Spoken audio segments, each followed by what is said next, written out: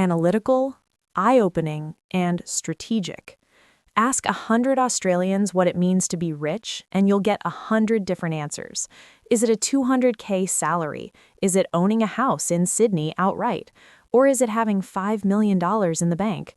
In 2026, the goalposts have shifted. Inflation, the property market, and the tax man have changed the definition of wealth.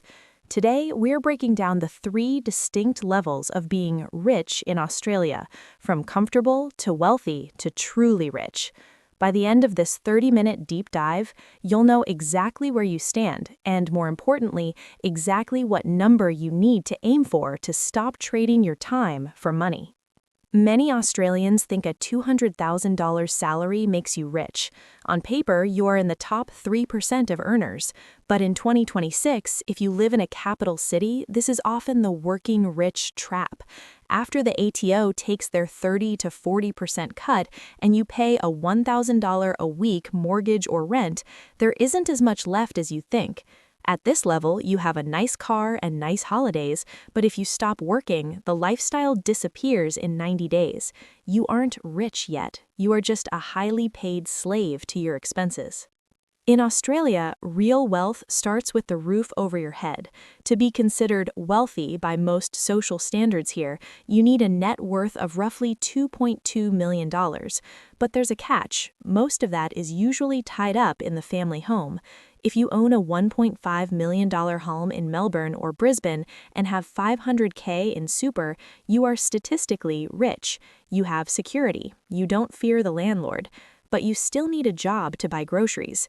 This is asset-rich, cash-poor. It's the baseline for a stress-free life, but it isn't freedom yet. Now we enter the truly rich territory. This is defined by one thing, the 4% rule. To be rich in Australia without needing a job, you need enough income-producing assets, shares, investment properties, super, to generate roughly $150K to $200K in passive income. To do that safely, you need a liquid net worth outside of your home of approximately $5 million.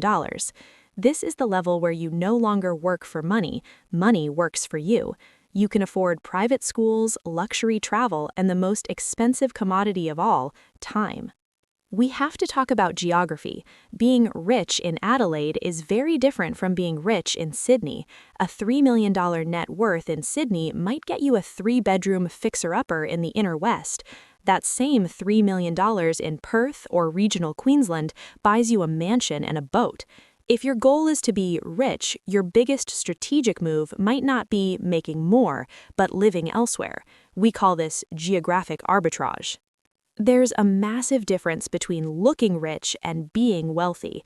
Many rich people in Australia are drowning in bad debt, massive mortgages and car loans used to signal status. True wealth is the part you don't see.